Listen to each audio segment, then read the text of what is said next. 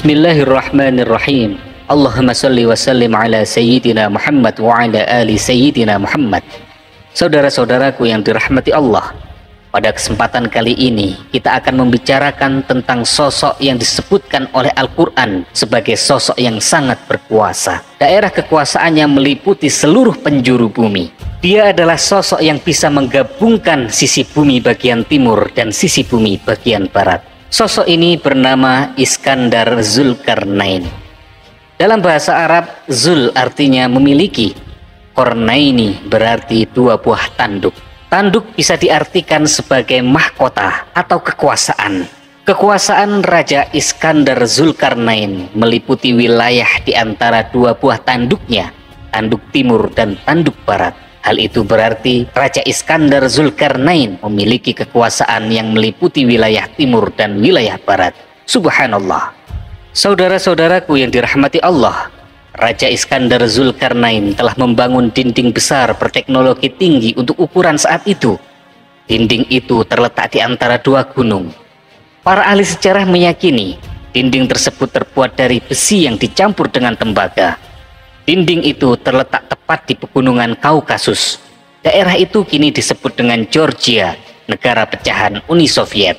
Jika dilihat secara topografis, deretan pegunungan Kaukasus terlihat memanjang dari Laut Hitam sampai ke Laut Kaspia.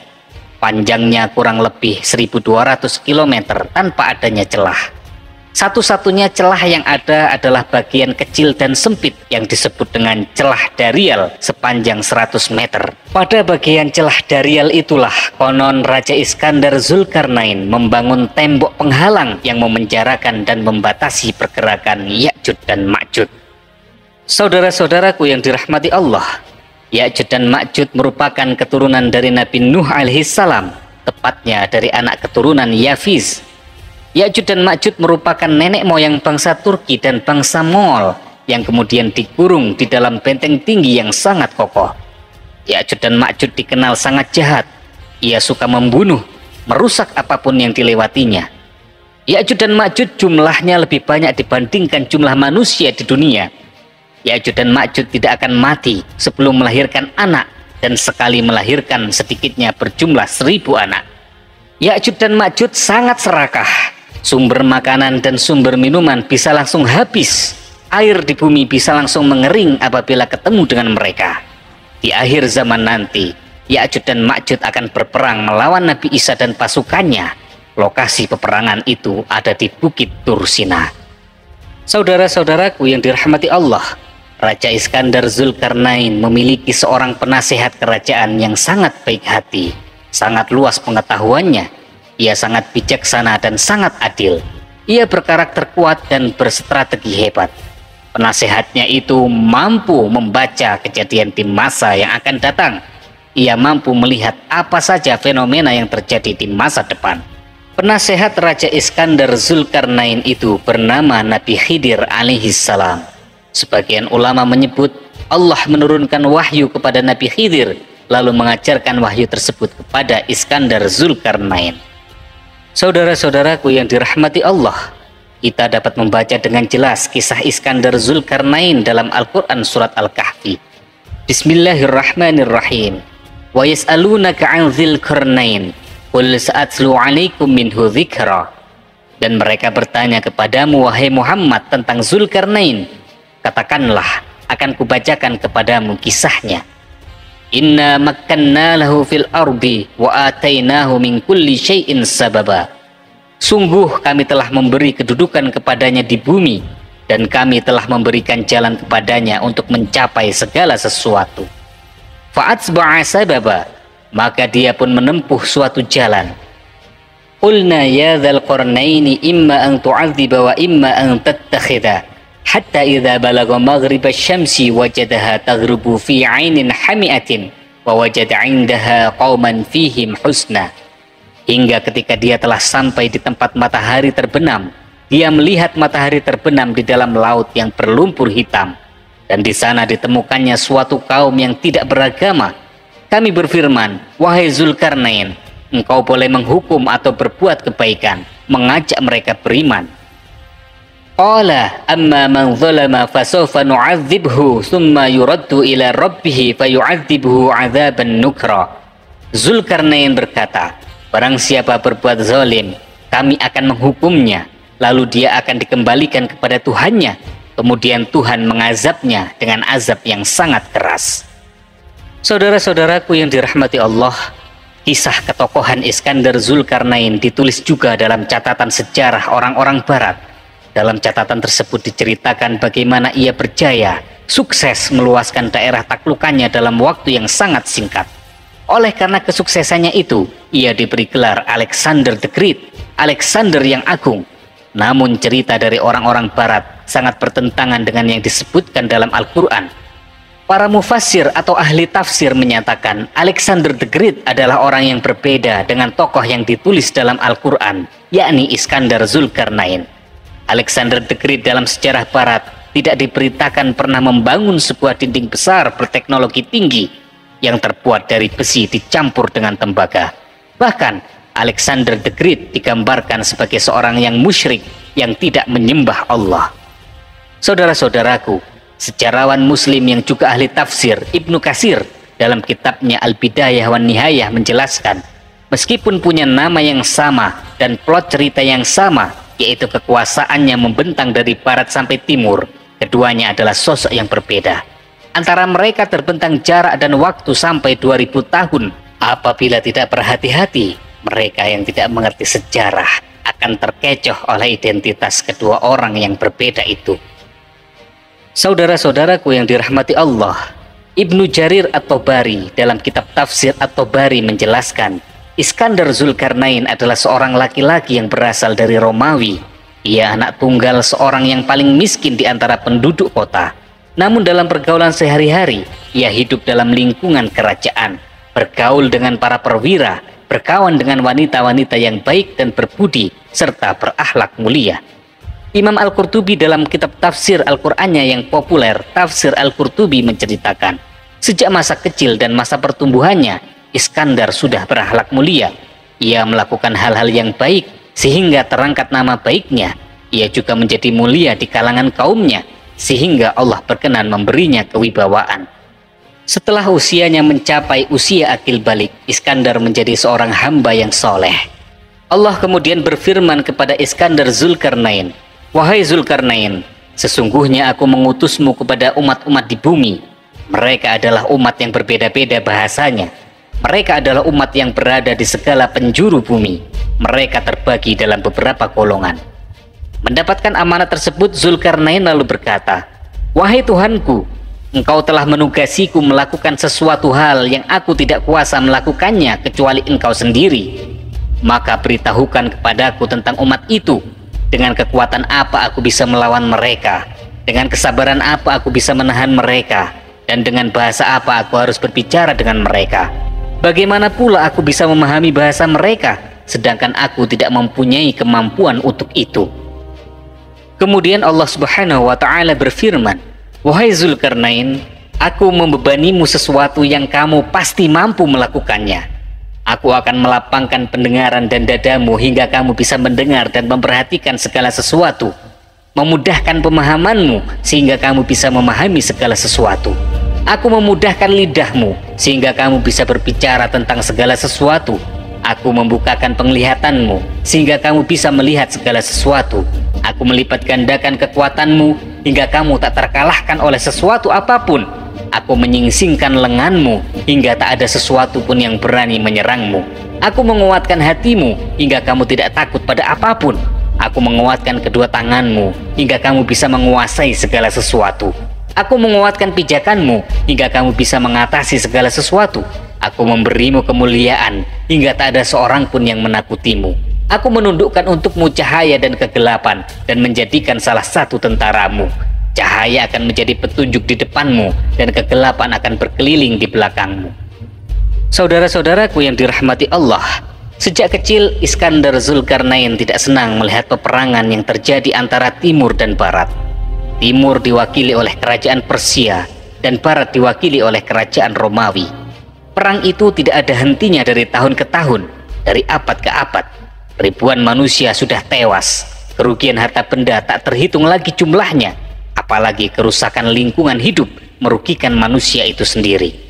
Untuk menghentikan permusuhan antara timur dan barat, Iskandar bercita-cita mendirikan sebuah kerajaan yang dapat menyatukan wilayah timur dan barat. Iskandar pun tumbuh menjadi manusia dewasa yang saleh, berakhlak dan berbudi tinggi. Atas segala kesalehannya itu, Allah memberikan kepadanya segala kelebihan yang dimiliki oleh seorang pemimpin. Lalu Allah memerintahkannya untuk menyuruh manusia kepada agama Allah. Dengan tentaranya yang kuat dan berpersenjataan lengkap, dia menuju ke barat wilayah Maroko, tempat terbenamnya matahari. Dilihatnya matahari terbenam di genangan air yang berlumpur. Genangan air itu sekarang dikenal dengan nama Samudra Atlantik. Di wilayah itu, Iskandar Zulkarnain bertemu dengan bangsa yang senantiasa membuat kerusakan dan kejahatan. Bukan hanya merusak permukaan bumi dan mengacaukannya, mereka juga suka membunuh orang yang tidak bersalah. Bahkan mereka tidak memeluk agama apapun. Sebelum melakukan tindakan, terlebih dahulu Iskandar menengadahkan tangannya ke langit. Ia memohon petunjuk kepada Allah. Tindakan apa sebaiknya yang harus dilakukan terhadap bangsa yang begitu kejam? Apakah bangsa itu akan digempurnya habis-habisan atau dibiarkan begitu saja? Allah lalu memberinya dua pilihan: digempur habis-habisan sebagai balasan atas kekejaman mereka, atau diajar dan dididik agar mereka kembali kepada kebenaran dan menyembah Allah serta meninggalkan segala kejahatan. Raja Iskandar Zulkarnain memutuskan untuk menggempur mereka yang durhaka dan jahat, sedangkan orang-orang yang baik akan dilindungi olehnya. Sebelumnya ia berkata kepada seluruh bangsa tersebut, "Barang siapa yang zalim dan aniaya, maka akan kami siksa dan kami kembalikan kepada Tuhan, agar Tuhan memberikan siksaan yang lebih pedih. Adapun orang-orang yang baik dan saleh, mereka akan kami lindungi. Kepadanya kami hanya akan memerintahkan kewajiban yang ringan." Kemudian tentaranya bergerak. Mereka menewaskan dan menghabiskan setiap orang yang kejam. Mereka melindungi setiap orang yang baik. Akhirnya negeri itu dapat diamankan dan ditentramkan serta diatur sebaik-baiknya, penuh dengan kehidupan bahagia dan makmur. Setelah selesai menunaikan kewajibannya terhadap bangsa dan negeri itu, Iskandar dengan tentaranya menuju ke arah timur, yaitu wilayah India. Dilihatnya matahari di atas bangsa yang musyrik, yang menyembah banyak Tuhan, yaitu bangsa Hindustan. Bangsa dan negeri itu pun dapat ditaklukkan, diamankan dan ditentramkan serta diatur sebaik-baiknya, sehingga setiap orang dapat merasakan hidup yang aman, tentram dan bahagia. Bangsa itu juga dapat dikeluarkan dari lembah kesesatan. Selesailah sudah kewajibannya terhadap bangsa dan negeri itu, lalu mereka menuju ke utara, negeri Armenia, melalui Persia dan Azerbaijan. Kemenangan demi kemenangan dicapainya selama dalam perjalanan itu. Akhirnya sampailah mereka di suatu tempat. Di sana mereka bertemu dengan suatu bangsa yang selalu dalam ketakutan dan kekhawatiran, karena ternyata negeri itu berbatasan dengan bangsa Ya'juj dan Ma'juj yang terkenal kuat dan kejam. Bukan sekali dua kali saja, tetapi seringkali bangsa Ya'juj dan Ma'juj itu datang menyerang mereka, menghancurkan apa saja yang didapatinya dan membunuh siapa saja yang dijumpainya. Kedatangan Iskandar Zulkarnain mereka sambut dengan segala kehormatan dan kegembiraan, karena mereka tahu dari kabar yang beredar bahwa Iskandar adalah raja yang kuat, yang paling adil di muka bumi ini. Bangsa itu kemudian meminta bantuan kepada Raja Iskandar supaya dilindungi dari serangan Ya'juj dan Ma'juj. Mereka meminta supaya dibangunkan dinding pembatas, dinding raksasa yang membatasi negeri mereka dengan negeri Ya'juj dan Ma'juj supaya tidak dapat ditembus. Sebagai imbalannya, mereka akan membayar mahal Raja Iskandar. Mendengar permohonan itu, Iskandar Zulkarnain menjawab, "Saya tidak mengharapkan upah dari kalian. Nikmat dan pemberian Tuhanku lebih berharga daripada upah itu. Hanya saja kepada kalian saya minta kaum pekerja, juga alat-alatnya, yaitu besi, tembaga, arang, batu, dan juga kayu." Setelah semuanya terkumpul, Raja Iskandar dan pasukannya mulai bekerja. Mula-mula mereka menyalakan api dengan kayu dan arang batu. Diambilnya besi, lalu dileburnya dengan api. Setelah besi itu mencair, dituangkannya lah tembaga, dan kemudian diaduk menjadi satu, besi dan tembaga. Dengan bahan campuran inilah didirikanlah dinding raksasa antara negeri itu dan negeri Ya'juj dan Ma'juj. Dinding besi raksasa itu tidak dapat ditembus, dan tidak dapat dilubangi oleh siapapun dan oleh apapun. Setelah dinding itu terbentuk, Iskandar Zulkarnain kemudian berkata, "Dinding ini adalah rahmat dari Tuhan kepada kalian. Hanya Tuhanlah yang dapat menembus dinding ini jika dikehendakinya," kata Iskandar. Maka kemudian setelah itu, aman dan tentramlah negeri tersebut. Saudara-saudaraku yang dirahmati Allah, Iskandar Zulkarnain dapat menaklukkan negeri-negeri yang terbentang antara timur dan barat. Dengan demikian, cita-citanya untuk mempersatukan kerajaan timur dan barat dapat tercapai. Negeri yang berada di bawah kekuasaannya yaitu Maroko, Romawi, Yunani, Mesir, Persia, dan juga India.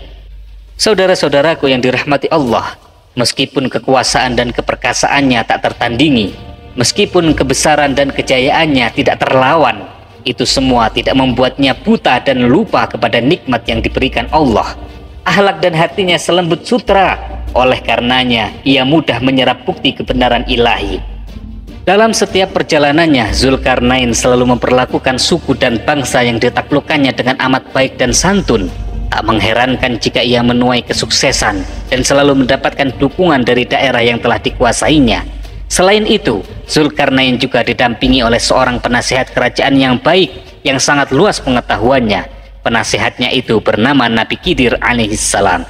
Sebagian ulama menyebutkan Allah menurunkan wahyu kepada Nabi Khidir, lalu mengajarkan wahyu tersebut kepada Zulkarnain.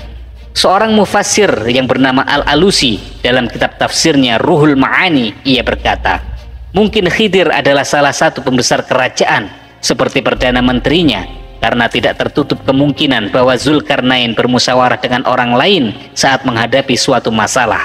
Sebab pada saat itu, istilah yang dikenal untuk menyebut orang pandai, termasuk nabi, adalah ahli hikmah. Selain itu, pada masa-masa dahulu, para nabi juga sering disebut dengan istilah orang bijak atau hakim.